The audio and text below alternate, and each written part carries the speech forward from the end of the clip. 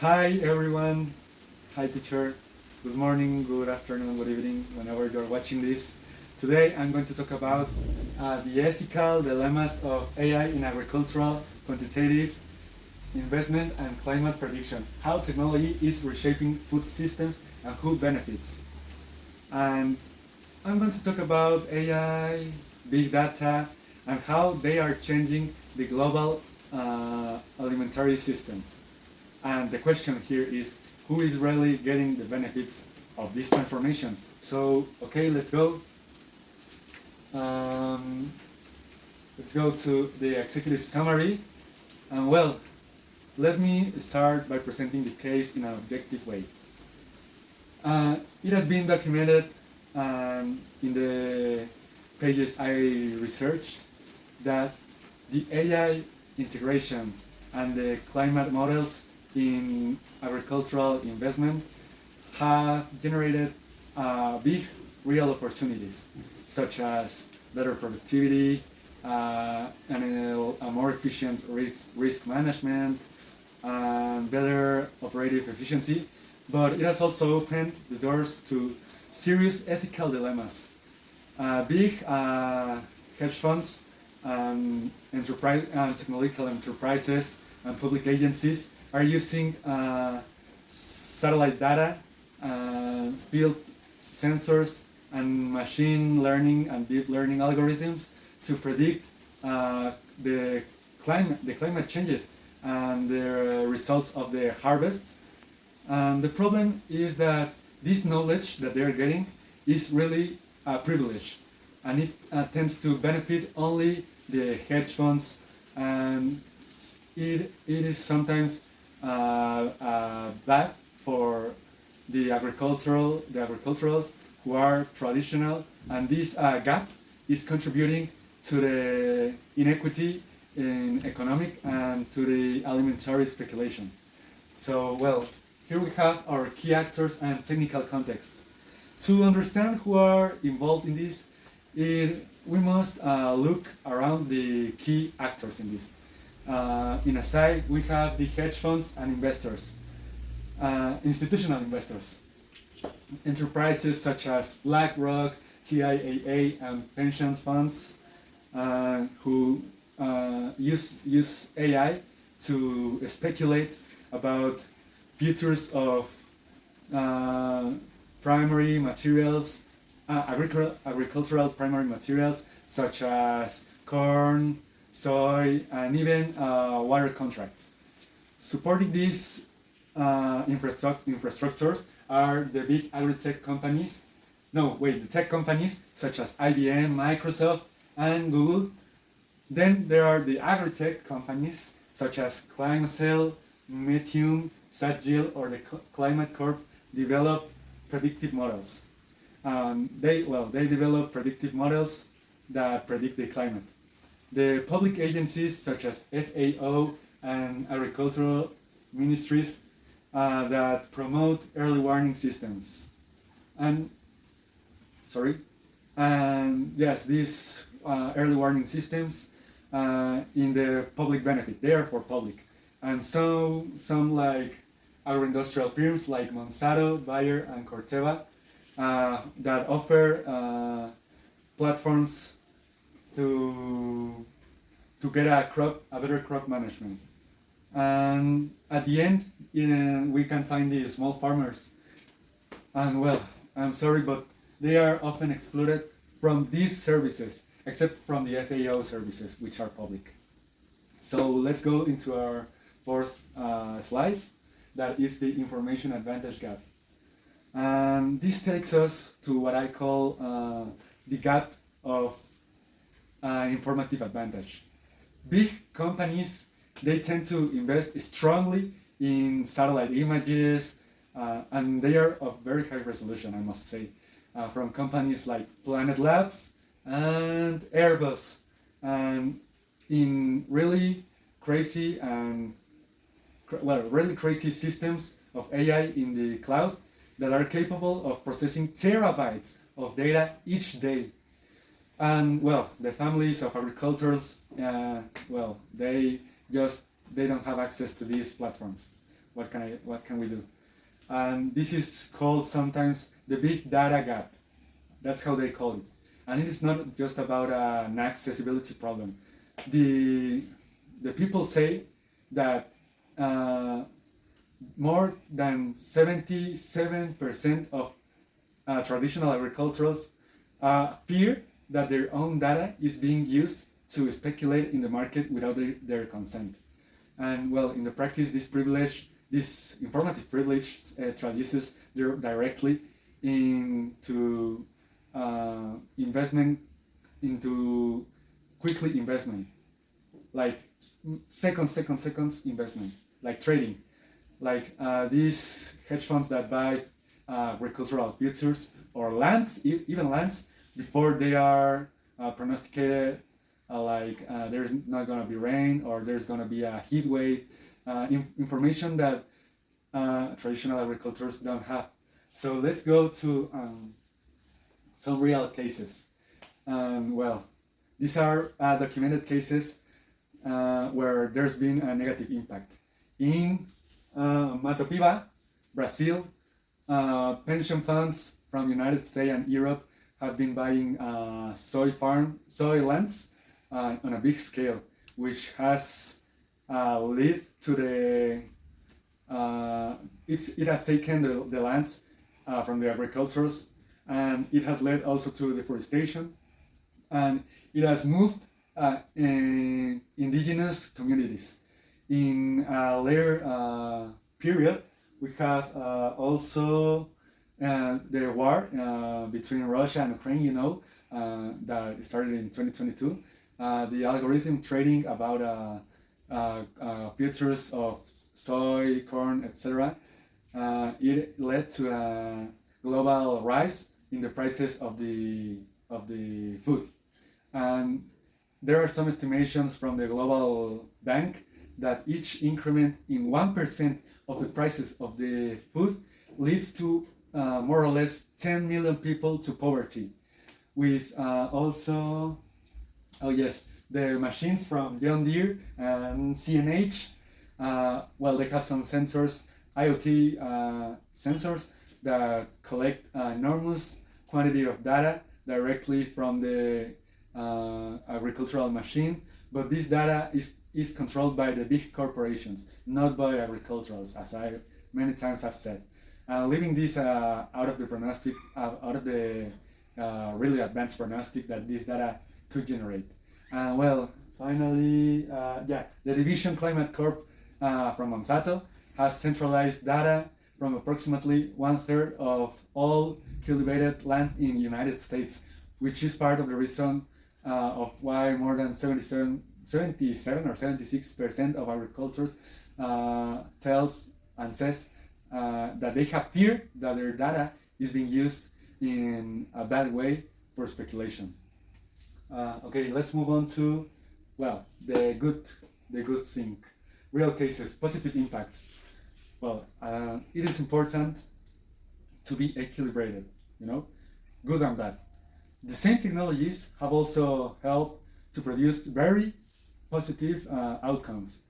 Well, for example, there's this application called Nuru, developed by the FAO in Africa, that is used as a mobile tool of machine learning to detect infestations of this worm called Colollero, which has proven to be very efficient to protect the lives of the agricultures. It's like an app. They take a photo of their corn, whatever, and it tells you if there is a plague in there, and it is very efficient. Another case in Chile, and the prediction system of when there is not going to be rain, the INEA combines neuronal networks with satellite images to reach a 95% of precision, and it has now been adopted by the government of Chile, which is a good thing. And there is this contract between Digital Green and Microsoft that they created an AI platform, multilingual and conversational, that has reduced the cost of services of agricultural accessory, and an approximate yes, $3 to now just 30 cents by agriculture. This has expanded dramatically the coverture into more rural zones and more poor zones. So that is the case as it's documented. These are facts. These are taken by a compilation of investigations from 2024 about AI and agricultural finances. And well, this and also the damages and the benefits. So let's go. We are almost finishing. I want to talk about risk analysis prioritized. Well, this is my own analysis about the ethical dilemmas that I mentioned in this case. I have grouped the risks in 5 categories. First, the inequality, the socioeconomic inequality. And the AI tends to amplify the existing gaps, because there are the big producers who have the resources to get the benefits of it. Second, we have food speculations and volatility. What do I mean by this?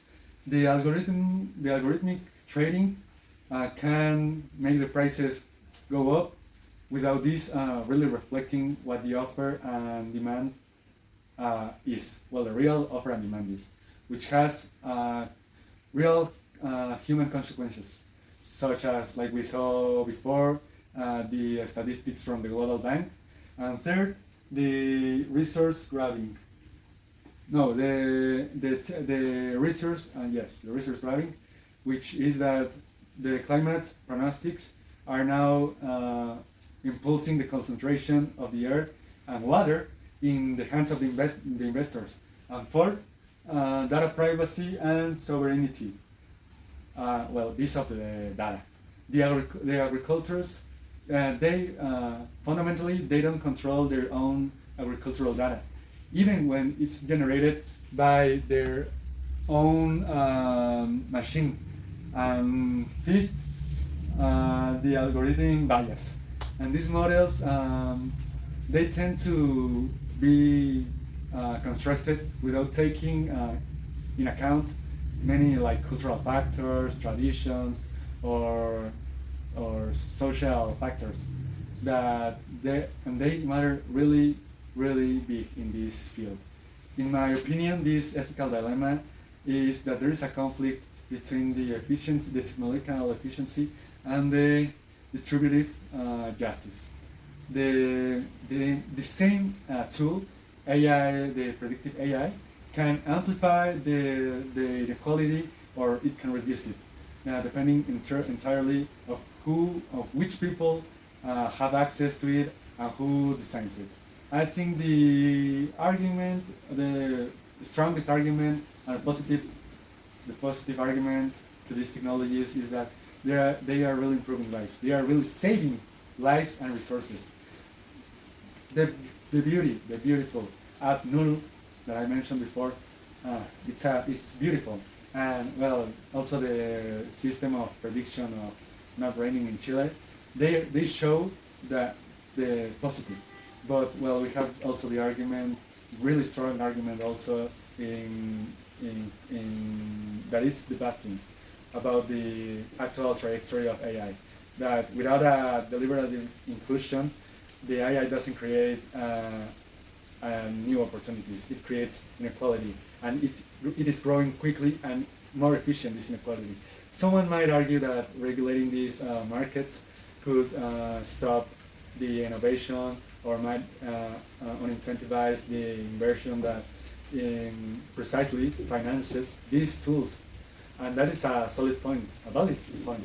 But I would say that the cost of this inaction that is measured in communities being moved and food poverty, it's a really big price. It's a really big price to justify this not focused regulation. We're almost finishing. We are now going to see the benefits of inclusive AI, which is a thing that I support.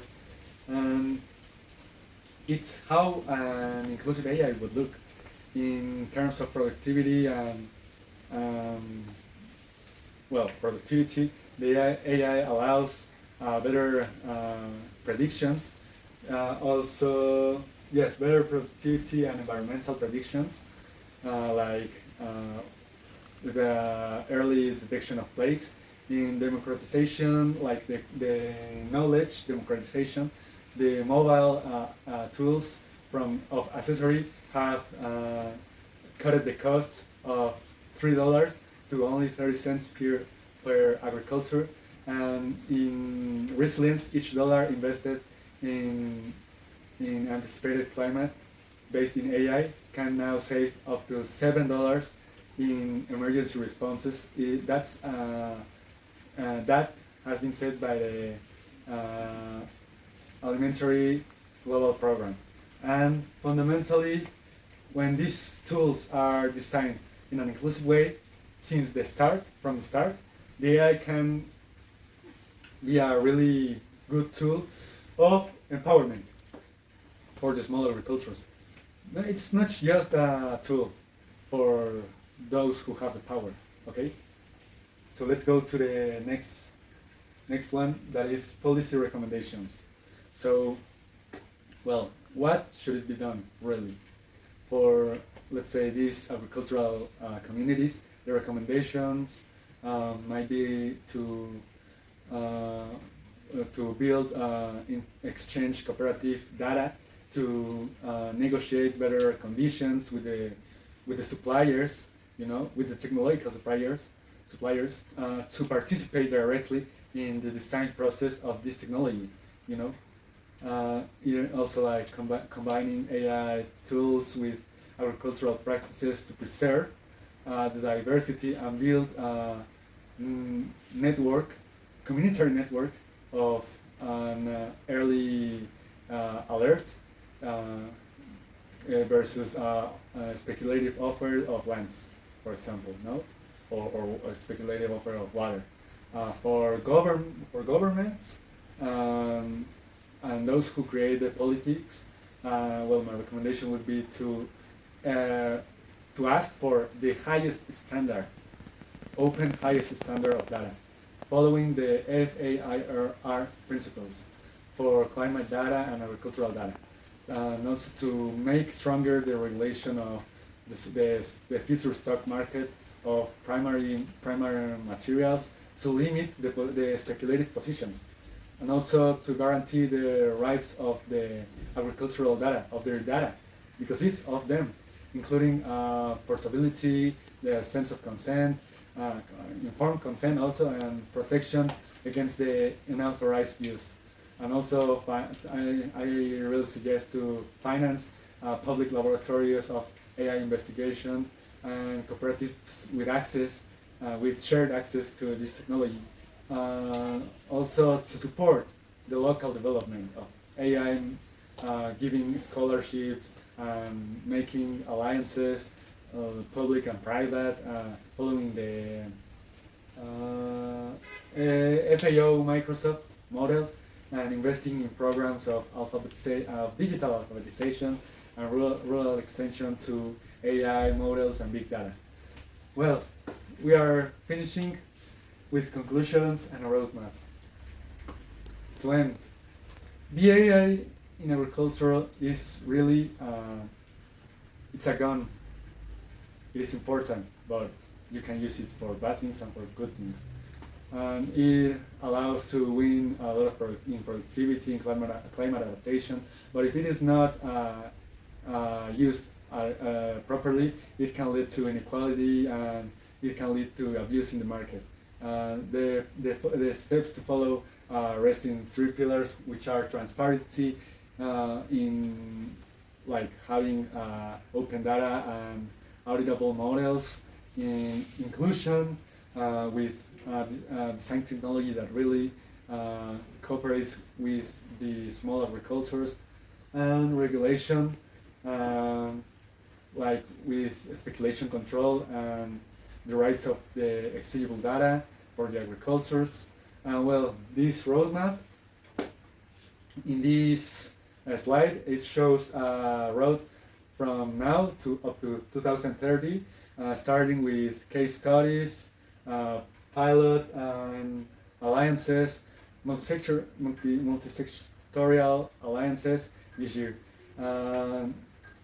Moving forward with these AI models, which have to be transparent, with climate data, which have to be open, then regulatory marks for agricultural AI, implementation of public politics, and some mechanisms of the market which are useful to supervise it. And well, finally, complete evaluation of the social and ambiental impact to adjust the politics to the equality and sustainability in a long term.